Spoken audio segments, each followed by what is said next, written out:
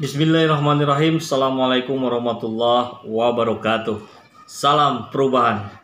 Sahabat semua, seperti biasanya ya, kalau setelah hari Rabu ada tayangan Mata Najwa, maka itu menjadi perbincangan publik yang begitu riuh di berbagai platform media sosial. Seperti yang kemarin masih tentang KLB Demokrat, yang menarik buat saya, yang ingin saya angkat di video ini adalah pernyataan Mahfud MD yang seperti biasa juga banyak para netizen bahkan sampai pada para pengamat politik mengatakan bahwa statement-statement yang disampaikan oleh Pak Mahfud ini seringkali blunder.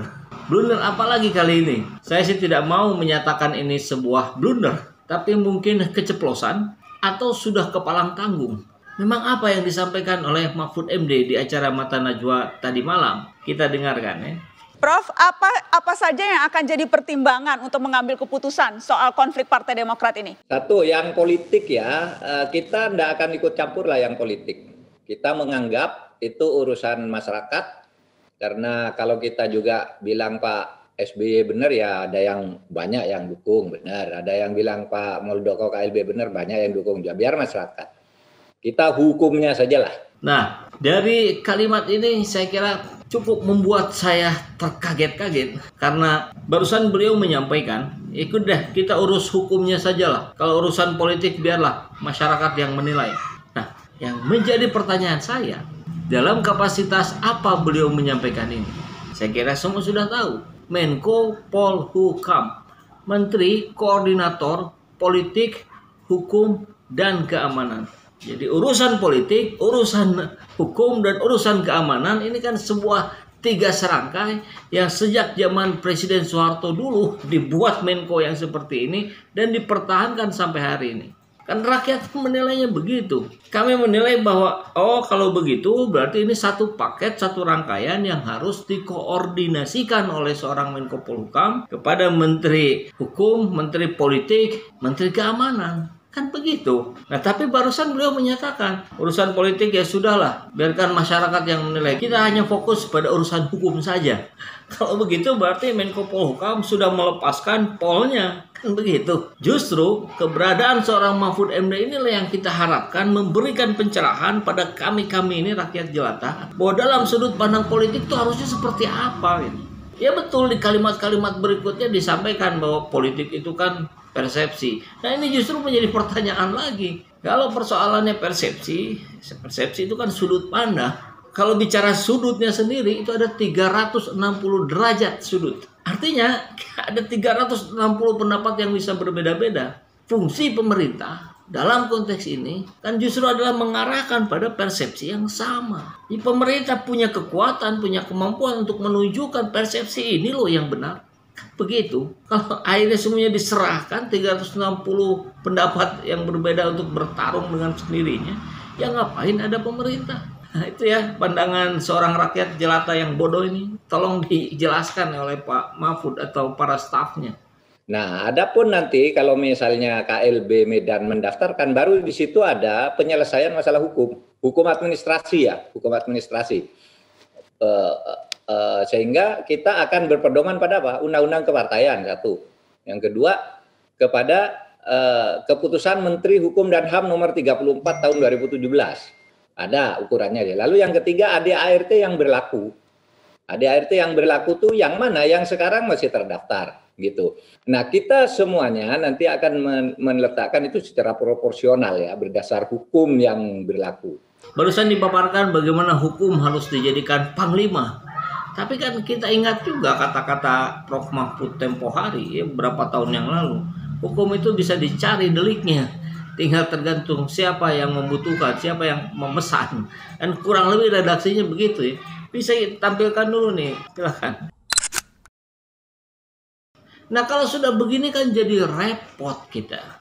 Ya, urusan politik diserahkan, tergantung perspektif masing-masing. Urusan hukum sebetulnya juga bisa diatur deliknya, bisa dipesan. Ya terus siapa yang bisa kita andalkan untuk menetapkan bahwa ini benar, ini tidak benar? Ujung-ujungnya kan pengadilan. Ya kalau sudah pengadilan, ya sudah nggak usah panjang lebar membahas ini itu segala macam. Langsung aja no comment. Lu tunggu saja di pengadilan. Bisa begitu. Daripada sekarang kemudian kita membahas ngalor ngidul kaditu kadieu. Yang ujung-ujungnya pengadilan lagi.